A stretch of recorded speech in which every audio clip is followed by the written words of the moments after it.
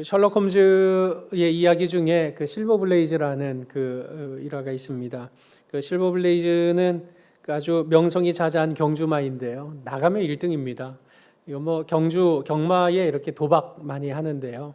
그 뭐 승패는 거의 뭐 확정된 것과 다름없는, 답이 정해져 있는 것이나 다름없는 그런 경주마 중에 아주 명마 중에 명마인 겁니다. 그런데 하루는 경주 직전에 이 말이 사라져 버린 겁니다. 그리고 이 말을 관리하는 그 마부가 살해당하는 아주 충격적인 사건이 발생하는 겁니다. 영국의 경찰들이 부지런히 이게 도대체 어떻게 된 것인가 하다가 아마 외부인이 침입해서 이런 일들을 저지른 것 아닌가, 마부를 살해하고 말을 타고 어디 이렇게 도망가 버린 건 아닌가, 이렇게 했지만 이제 중요한 건 그 외부인이 침입한 흔적을 찾을 수가 없는 겁니다. 그래서 셜록 홈즈를 불러서 이 일을 의뢰를 하게 됩니다. 현장에 홈즈는 여러 가지 것들을 면밀하게 돌아보게 되는데요. 그 돌아보는 과정 속에 그 마구간과 가까운 집에 살고 있는 부인에게 혹시 간밤에 개가 짖었습니까? 개가 하나도 안 짖었다는 겁니다. 근데 요거를 이제 딱 그 표적으로 삼게 된 거죠. 그래서 이 홈즈는 나는 이 사건을 해결할 열쇠를 이미 확보했습니다. 경찰들이 고개를 갸우뚱갸우뚱 하는 거죠. 무슨 벌써 이 문제를 해결을 한다는 말이냐? 개가 짖지 않았다는 것은 이제 익숙한 사람이 이 마구간에 들어왔던 것이고 그 익숙한 사람이 이 일의 진범입니다 하면서 조금 더 조사해 보니 이 마부가 그 경마에 이제 크게 베팅을 하는 거죠. 그리고는 이 실버 블레이즈가 우승을 하지 못하도록 이 말의 힘줄을 끊어버리려고 밤에 조용히 은밀하게 왔던 겁니다. 그런데 그만 그 이 말의 뒷발에 채워서 그 자리에서 죽고만 즉사하고만 이런 사건이 되었던 거죠. 경찰들은 그런 일종의 표적들 사인이 있었지만 이제 이런 것들을 발견 못했던 겁니다. 발견 못하면 답을 찾을 길이 없는 거죠. 무슨 일이든지 그 표적, 그 사인, 그것이 말하는 것이 무엇이냐, 이걸 바르게 보아야만 실체적인 진실을 알 수 있게 되는 겁니다. 오늘 우리가 살펴볼 요한복음에는 특별히 예수님께서 행하신 일들에 대해서 표적이라고 하는 독특한 용어를 사용하는 것을 보게 됩니다. 공간복음이라고 보통 얘기하죠. 마태, 마가, 누가복음. 이 세 책은 언제나 인성, 예수님의 인성, 인자, 하나님의 아들, 이런 부분, 하나님의 종, 이런 지점에 대해서 예수님을 강조하는 책입니다. 이렇게 같은 관점으로 기록되었다 해서 우리는 이것을 공간복음이라고 부릅니다. 이 마태, 마가, 누가복음이 그 초대교회 시절에 이미 존재했던 것입니다. 그런데 이 세 개의 복음이 있었음에도 불구하고 나중에 AD 90년대에 이르러서 요한복음이 다시 기록되게 됩니다. 이 요한복음은 앞서 있는 세 개의 복음서가 예수님의 인성에 조금 더 초점을 맞추었다면 요한복음은 예수님의 신성에 대해서 조금 더 초점을 맞추어서 기록된 복음서입니다. 예수님께서 영원하신 분이다, 하나님의 아들이다, 이 사실을 대단히 강조합니다. 앞에 세 개의 복음서가 있었지만 또 다른 복음서인 요한복음이 기록되어야 했던 이유가 있었던 거죠. 이단이 많이 등장했던 겁니다. 예수님은 사람이다. 아니다. 예수님은 사람의 모양으로 보였을 뿐 사실은 영이었다. 뭐 가연설이라고 보통 얘기하죠. 뭐 이런 여러 가지 많은 이단들이 드러나게 된 겁니다. 우죽순처럼 일어나니 이 예수님이 이런 분이시다라는 사실을 좀 더 명확하게 밝혀야 할 이유가 있었던 겁니다. 그래서 바로 그런 예수님의 신성과 영원성을 중심으로 해서 요한복음을 기록한 겁니다. 그러니 요한복음 안에는 실상 마태, 마가, 누가복음에서 기사, 뭐 이적 이렇게 표현하는 사건들을 요한복음은 표적이라는 용어로 달리 있습니다. 그 표적이라는 말, 이 말은 이제 그 왜 길 가다 보면 왜 이정표 있지 않습니까? 그걸 봐야 우리가 갈 길을 찾아가게 되는 거죠. 바로 그 갈 길을 알려주는, 다시 말해서 이 표적, 이 기사, 이 기적이 나타난 이유가 무엇인지, 의도가 무엇인지를 나타내 주려고 하는 사건이었다. 그래서 요한은 표적이라는 용어를 사용하는 겁니다. 결국 요한은 이런 그 표적들을 통해서 결국 말하고자 하는 바가 있었던 겁니다. 그 말하고자 하는 바가 요한복음 20장 31절에 기록되어 있는데요. 우리 같이 한번 읽어보실까요? 자, 시작. 오직 이것을 기록함은 너희로 예수께서 하나님의 아들 그리스도이심을 믿게 하려 함이요 또 너희로 믿고 그 이름을 힘입어 생명을 얻게 하려 함이니라. 무엇을 얻게 하려 한다고요? 생명을 얻게 하려고요. 믿어서 생명을 얻게 하려고. 그게 결국 요한복음에 나타난 표적들은 예수님을 믿게 하고자 하는 것이고, 그 표적들은 그 예수님을 믿어 영원한 생명을 누리게 하려 하는 것이다. 이것이 바로 의도이자 목적인 겁니다. 요한복음에 나타나니요. 그래서 오늘 요한복음 2장에는 우리가 잘 아는 바 그 갈릴리 가나에서 물이 포도주로 변하는 사건을 기록하고 있습니다. 바로 그 첫 표적, 첫 표시, 첫 사인, 이것을 갈릴리 가나에서 물이 변하여 포도주가 되는 그런 역사를 일으키셨다고 했는데, 그럼 이 표적의 의미는 무엇입니까? 이 표적을 통해서 오늘 하나님께서 우리에게 말씀하고자 하시는 것은 무엇입니까? 오늘 말씀을 통해서 함께 생각해 보려고 합니다. 오늘 1절에 보니까 그 갈릴리 가나에서 혼례, 결혼식이 있었는데 예수의 어머니도 거기 계셨다로부터 시작합니다. 예수님의 어머니가 거기 계셨다면 아마 가까운 친척이었을 수도 있다. 이 정도로 생각해 볼 수 있겠습니다. 그런데 문제가 생기게 되죠. 포도주가 다 떨어져 버린 겁니다. 여러분, 잔치집에 음식 떨어지면 이거 영 불편하죠. 불평들 나올 만한 일입니다. 포도주가 떨어진 것, 음식 떨어진 것과 같으냐? 조금 더 심각한 문제입니다. 왜냐하면 이 당시에는 그 팔레스타인 땅에는 다 이렇게 석회로 섞여 있는 물들이기 때문에 이렇게 포도주 같은 것들로 담아서 그런 걸 음료로 대체해서 그 시금하곤 했던 것입니다. 그리고 또 잔치에 이런 음료, 또 술이 빠진다. 이건 또 그 말할 게 못 되는 거죠. 게다가 지금 문제는 무엇이냐면 이 당시의 결혼식은 유대인들은요, 그 일주일 동안 보통 그 결혼식을 합니다. 지금 캄보디아만 가도 막 일주일 혼인잔치 합니다. 그 한번 단기 선교 갔는데 아침부터 시끄러워요 계속. 왜 그러느냐고, 저 집은 왜 저럽니까? 매일 아침마다 그랬더니 결혼 잔치를 하고 있는 거랍니다. 몇 날 며칠을 아침부터 이상한 악기들을 응원해서 그냥 막 그렇게 잔치를 벌입니다. 유대 땅도 똑같았습니다. 있는 집안은 2주 동안 잔치를 베풀기도 합니다.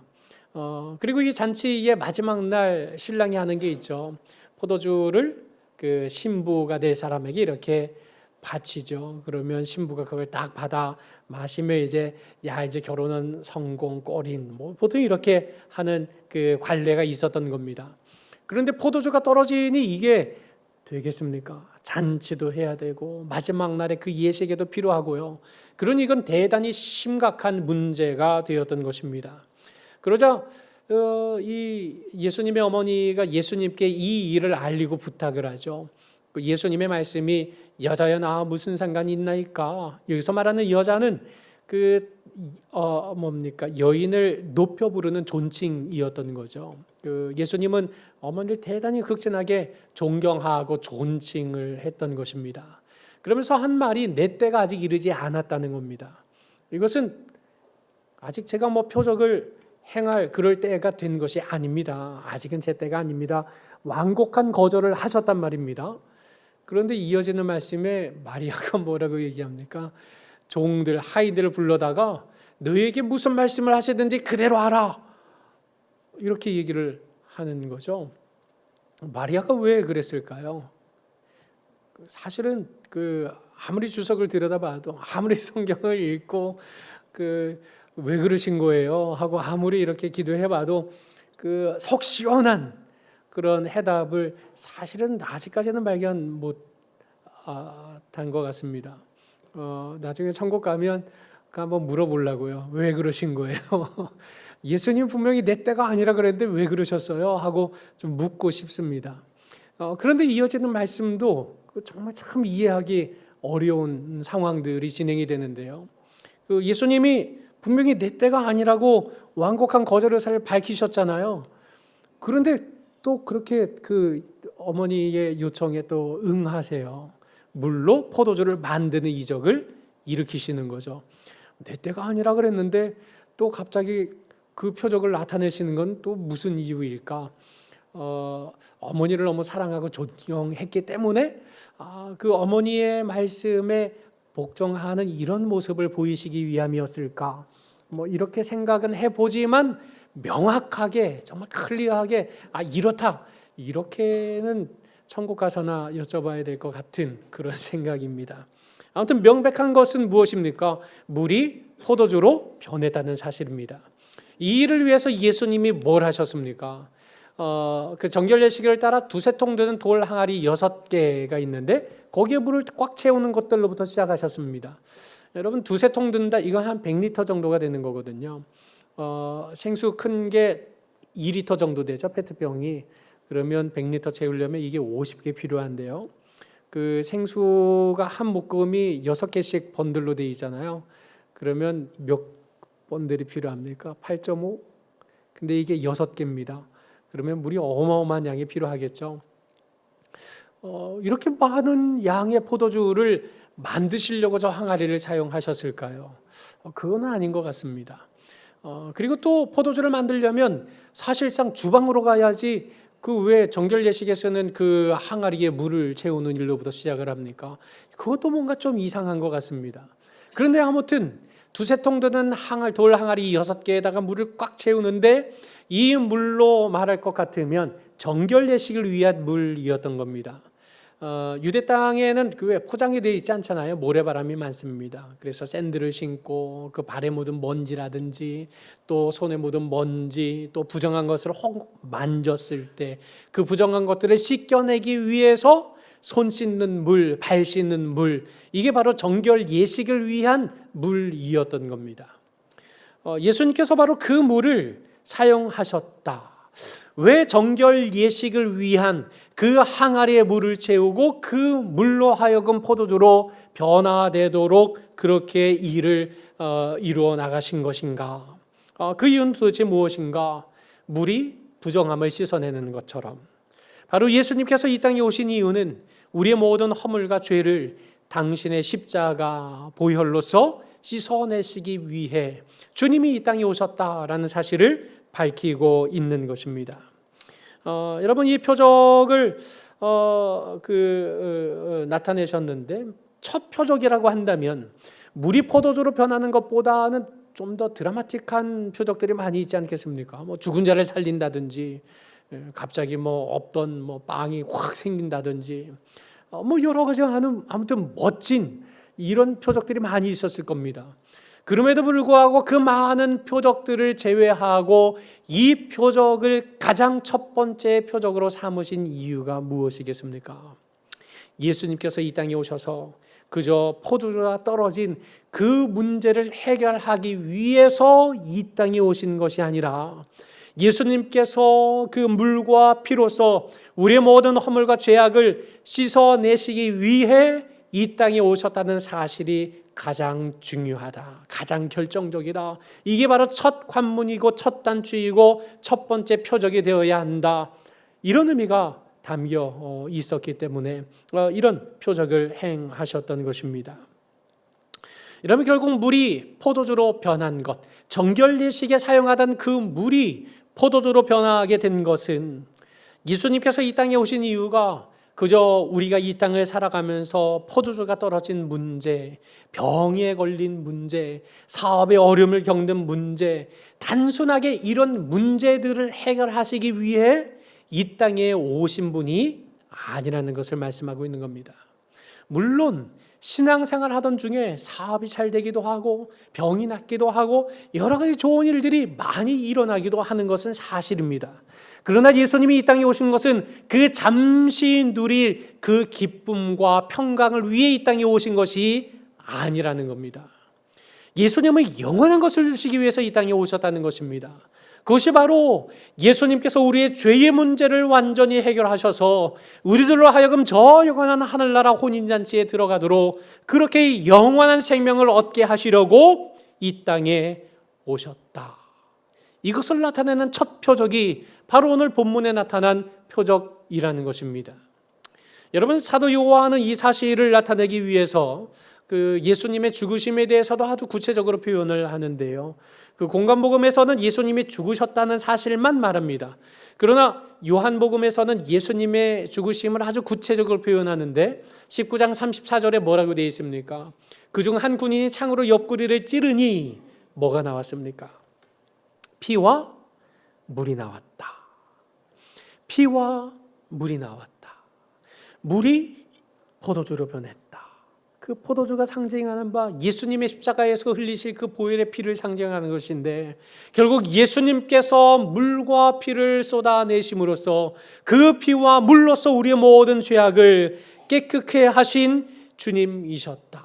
깨끗게 하신 그런 구원자이셨다. 이것이 지금 사도 요한을 통해 첫 표적으로 나타내신 이 표적의 의미인 것입니다. 여러분, 이 사도 요한은 또한 이런 이 예수님의 이런 그 죄의 문제를 해결하시기 위한 이런 그 방편으로서 물로 포도주를 만드신 분이심을 나타내면서 그 예수님이 곧 창조주 하나님과 동일한 분이시다라는 사실을 또한 담아내고 있습니다. 여러분, 가나 혼인잔치가 며칠째 일어났는지 혹시 아십니까? 요한복음 1장 19절에 보면 예루살렘에서 온 유대인들이 세례 요한에게 질문하러 모이는 것, 그게 이제 첫 번째 날이고요. 그리고 29절에 보면 이튿날 되어 있습니다. 그 다음 날을 말하는 겁니다. 첫째 날, 다음 날, 이튿날이 되죠. 35절에 또 이튿날, 바로 그 다음 날, 43절에도 또 이튿날, 그 다음 날, 그럼 이제 넷째 날까지 온 겁니다. 그런 다음에 요한복음 2장 1절에 보니 사흘째 되는 날이라고 말합니다. 그럼 지금 가나 혼인잔치에 물이 포도주로 변한 사건은 며칠 만에 일어난 겁니까? 7일째 일어난 겁니다. 7일 하면 뭐 생각나십니까? 하나님께서 창조하신 것이 바로 7일이죠. 요한복음 1장 1절이 태초에 말씀이 계시니라 라는 말씀으로 시작합니다. 창세기 1장 1절에도 태초에 하나님이 천지를 창조하셨다라는 말씀으로 시작되는 겁니다. 결국 예수님의 인성뿐 아니라 신성을 보다 더 강조했던 사도 요한은 바로 그 예수님을 1장 1절에서부터 창조주 하나님과 동일시하고 있는 것입니다. 결국 이 엿새 동안의 세상을 창조하고 일곱째 날 안식함으로써 창조를 완성하신 그 하나님이 이제는 사람의 몸을 입고 이 땅에 오셔서 우리를 위해 십자가 대속의 죽음을 당하심으로써 어떤 일을 일으키신다는 겁니까? 바로 죄의 문제를 해결하시고 그 택한 백성을 위한 영원한 안식, 영원한 생명을 주시는 분, 그가 바로 예수 그리스도이시다라는 사실을 명백하게 나타내고자 했던 것 아닙니까? 여러분, 이 사도 요한이 나중에 반보섬에 유배되죠. 거기에서 하나님이 보여주시는 환상을 보게 됩니다. 그리고 그곳에서 요한계시록을 기록하게 됩니다. 여러분, 그 요한계시록의 19장에 보면 장차 일어날 일들의 마지막 순간에 어린 양의 혼인 기약이 이르게 되고 어린 양의 혼인잔치에 청함을 받은 자들이 복이 있다. 다시 말해서 저 영원한 천국에서는 혼인잔치가 벌어지는 것이다 라는 사실을 선포한 후에 마지막 요한계시록 21장, 22장 마지막 두 장에서는 무엇을 말합니까? 완성될 새 예루살렘, 거룩한 성, 이것을 조명하고 있습니다. 이 마지막 완성될 새 예루살렘은 어떤 곳입니까? 이제는 죄가 없고 완전한 하나님의 나라로 새롭게 만들어질 그 새 예루살렘, 완성될 그 하나님의 나라를 조명하고 있는 겁니다. 여러분, 창세기 1장 2장에서 하나님이 이 세상을 어떻게 만드셨는가 창조를 기록했고, 마지막 성경의 책 요한계시록 21장 22장에서 하나님이 만드실 완전한 나라, 하나님 나라, 새 창조의 그 나라를 기록했고, 그 중간에 이 복음서 가운데에 예수 그리스도께서 우리의 죄를 담당하시고 죽으심으로써 그분의 영원한 속죄, 그분의 은혜, 그것 때문에 우리는 영원한 안식을 누릴 그 나라에 들어갈 수 있다. 그분이야말로 우리를 영원한 안식에 들어가게 하실 참된 구원자, 참된 생명의 주인, 그가 바로 예수 그리스도이시다. 사도 요한은 이것을 온 성도들에게 알리고자 이런 사실들을 기록하고 있었던 겁니다. 여러분, 예수님의 표적은 단순히 과거의 기적이 아닙니다. 우리 안에 새 창조를 이루어 주시는 하나님의 현재적인 역사이고, 또 믿는 자에게 창조의 안식과 완성을 주시고 또 이루어 가실 선언, 이것이 바로 예수님께서 우리에게 나타내신 표적의 참된 의미인 것입니다. 이러한 표적을 두고서도 엉뚱한 것에 집착하고 있다면 여러분, 우리가 영원한 것을 얻을 수 있겠습니까? 술을 즐겨 하시는 분이 오늘 본문을 사랑하시죠. 예수님이 물을 변해서 포도주가 되게 하셨는데, 그래서 우리 술 좀 먹어도 된다고, 예수님도 그래 하셨는데 우리가 무슨 상관이 있겠느냐, 얼마든지 취하지만 하면 되는 거 아니냐, 뭐 이렇게 여러 가지 논리들을 다 동원해서 이 본문을 인용을 하시곤 합니다. 그런데 여러분, 이 표적은 물이 포도주로 변했다는 그 사실, 거기에 머물러서는 안 되는 표적인 겁니다. 물이 포도주로 변했다는 사실이 아니라 이 표적을 통해 나타내고자 하시는 그 가리키는 곳은 따로 있는 것입니다. 예전에 내비게이션이 없을 때 왜 차에는 항상 지도책이 다들 있었단 말이죠. 어디 가려면 지도책 보고 길 찾아다녔습니다. 그런 의미에서 저는 과거 내비게이션이 없던 시절에는 그 인간 내비게이션이 저였습니다. 저한테 전화 자주 왔어요. 그 길 묻는 전화요, 길 찾는 전화요. 나 지금 여기 어딘데, 여기서 거기 가려면 어디로 가야 돼 하고 이런 전화 많이 받았습니다. 한 번은 이전 교회 담임 목사님께 전화를 받았죠. 저 안산 어디께 계셨는데 그 이제 길을 못 찾고 계속 이렇게 빙글빙글 헤매고 계셨던 거죠. 그 이제 그 같이 동승하고 있는 뭐 권사님들도 계시는데 이제 이제 불편하셨겠죠. 계속 끊임없이 전도사님한테 전화해봐라, 전도사님한테 전화해봐라. 사모님은 옆에서 계속 찌르셨을 거고, 그 이제 그렇게 해서 이제 아마 전화를 하셨던 것 같습니다. 알려드렸어요. 그 외곽순환고속도로 타고 이렇게 쭉 오셔서 그 오면 이제 뭐 일산과 판교 방향으로 나뉘게 됐는데, 거기에서 예전 교회가 성남에 있었으니까요. 그 일산 방향 말고 판교 쪽으로 타셔서 쭉 오시다 보면, 그러면 이제 그 뭡니까, 성남, 광주, 이정표가 나옵니다. 그쪽으로 나오시면 이제 모란이 보일 겁니다. 거기서부터는 찾아오실 수 있을 겁니다. 그랬는데 그 엉뚱한 데 가셨더라고요. 다음날 혼났어요. 왜 나보고 거기로 가라 그랬냐고. 그게 이제 완전 잘못 착각하신 거죠. 여러분, 고속도로의 이정표에 위에 있는 지명과 밑에 있는 지명이 뭔지 아시죠? 위에 있는 지명은요, 이 길 계속 따라가면 저 끝에 뭐 있는지를 말하는 거고요. 그 밑에 있는 건 여기서 가장 가까운 뭐 인터체인지라든지 가까운 도시가 무엇인지를 알려주는 겁니다. 그런데 제가 그 이정표를 설명하면서 서울 방향으로 오시다 보면은요 하고 뭐 이렇게 제가 설명을 드렸던 것 같습니다. 그런데 목사님은 위에 있는 것만 계속 보고 가셔서 엉뚱한 데 가신 거죠. 그러고 나서는 저한테 막 뭐라 그러시는 거예요. 제가 뭐 따질 수 있겠습니까? 죄송합니다 목사님 그랬죠. 여러분, 이정표 잘못 보면, 다른 것에 집착하면 올바른 길을 찾아갈 길이 없습니다. 예수님께서 이 표적을 나타내셨습니다. 이 표적을 나타내신 이유는 다른 것이 아닙니다. 나는 이 땅에 포도주 문제 해결하고 온 존재가 아니다. 나는 이 땅에 잠시 동안의 기쁨을 위해 그 기쁨을 채워주겠다고, 그 만족을 주겠다고 이 땅에 온 것이 아니다. 나는 영원한 것을 주러 왔다. 영원한 안식, 영원한 생명을 주기 위해 나는 이 땅에 왔다. 이것을 바로 이 표적을 통해 우리에게 알려주고 계시는 겁니다. 여러분, 오늘 2장 요한복음 2장에 나타난 사건 속에 이름이 기록된 것은 오로지 예수님 한 분밖에는 없습니다. 모두 다 이렇게 명칭들로만 되어 있는데요. 뭐 신랑, 하객, 뭐 연회장, 종들, 뭐 제자들 뭐 이렇게 표현하고 있습니다.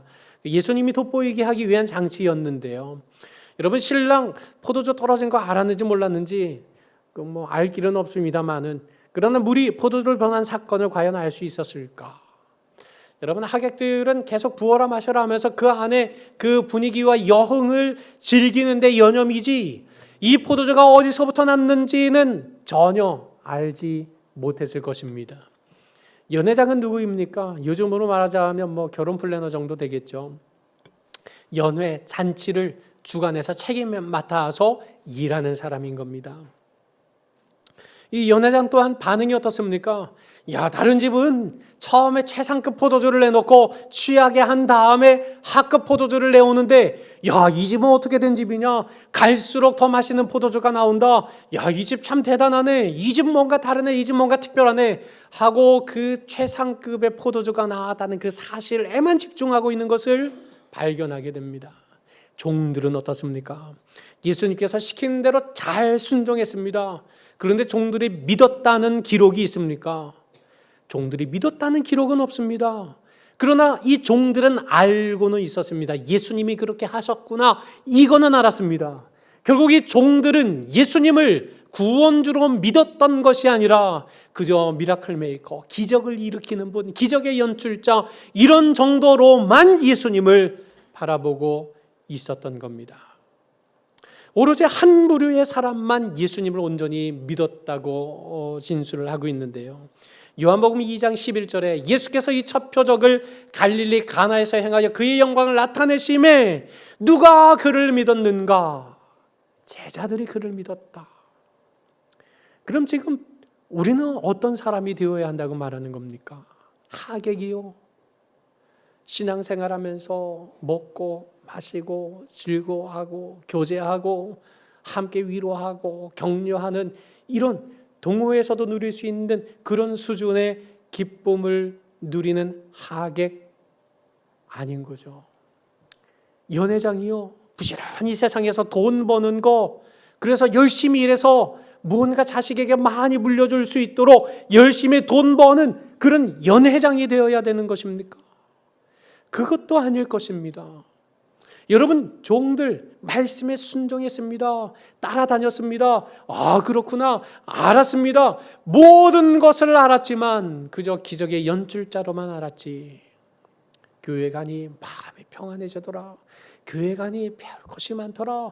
이거는 알았지. 예수가 구원주 되심까지는 믿지 못했던 그 종들. 그것이 되어야 되겠습니까? 아닙니다. 우리는 제자들이 되어야 되는 것입니다. 그를 믿는 제자들이 되어야 하는 것입니다. 왜냐하면 그를 믿는 자들에게 주님께서 저 하늘에서 완성할 그 영원한 안식, 그 나라, 그 백성, 그 영원한 것을 누리도록 하시려고 주님께서 이 땅에 오셨고 그것을 알게 하시려고 우리에게 표적을 나타내 보이고 계시기 때문인 것입니다. 사랑하는 서부경의 성도 여러분, 이전에도 한번 말씀드렸는데 자살절벽이라는 장소가 있었다고 합니다. 지어낸 얘기일 것 같습니다. 사실은 아닐 것 같고요. 하도 많은 사람들이 여기 올라가서 자기 목숨을 내던지는 거죠. 이 아까운 생명이 자꾸 이렇게 절벽 아래로 생명을 내던지는 것을 안타깝게 여긴 누군가가 표지판을 하나 세워놨습니다. 다시 한번 생각해 보세요. 그러니 모든 거 포기하고 이 자살절벽으로 올라가는 사람이 다시 한번 생각해 보세요. 다시 생각해 보니 가족도 있고 내 삶은 아직은 살만하고 내게는 아직 살아날 인생의 시간들이 남아있는 것 같고 아직은 나에게는 무언가 있는 것 같아서 자살을 포기하고 돌아온 사람들이 제법 많이 있습니다. 근데 하루는 어떤 사람이 올라갔는데 자살절벽까지 올라간 거죠. 그리고 저 밑을 내다보니까 좀 무섭기도 하고 아직은 내가 살만한 것 같기도 하고 그래서 내가 자살을 하지 말아야 되겠다 하고 이제 돌아서서 돌이켜 이제 내려오는 길에 저 이정표를 본 겁니다. 다시 한번 생각해 보세요. 아니다, 난 살만하지 않구나 하고 절벽으로 갔다면 여러분 저 이정표를 바르게 해석한 거겠습니까? 조기 이정표를 세워놓은 이유는 생명을 살리기 위해서 세워놓은 것 아니겠습니까? 표적, 사인포스트, 저걸 세워놓은 이유는 다른 것이 아닙니다. 생명을 살리고 생명을 구하고 생명을 주기 위해 기록된 세워진 이정표이자 표적이었던 것입니다. 그런데 그것을 엉뚱한 것에 집착하게 된다면 우리에게 주어진 영원한 것을 놓쳐버리고 많은 이런 낭패를 보는 것, 이건 두말할 필요도 없는 것 아니겠습니까? 여러분, 우리 신앙생활도 마찬가지입니다. 주님께서 우리에게 보여주고 나타내시는 사인, 표적, 표시, 그것은 언제나 우리들에게 잠시뿐인 이 세상이 아니라, 이 세상에서의 잠시뿐인 형통이 아니라 죽어서 저 영원한 하늘에서 누릴 영원한 것, 변치 않는 것, 사라지지 않을 것, 그것을 주시려고 주님이 이 땅에 오셨다라는 사실을 이 표적을 통해서 나타내고 있는 것입니다. 오늘도 이 연말과 성탄의 시즌을 맞아서 얼마나 많은 사람들이 낭만을 누리고 있습니까? 한 해를 돌아보며 또 새해를 소망하고 또 기대하는 이들이 얼마나 많이 있습니까?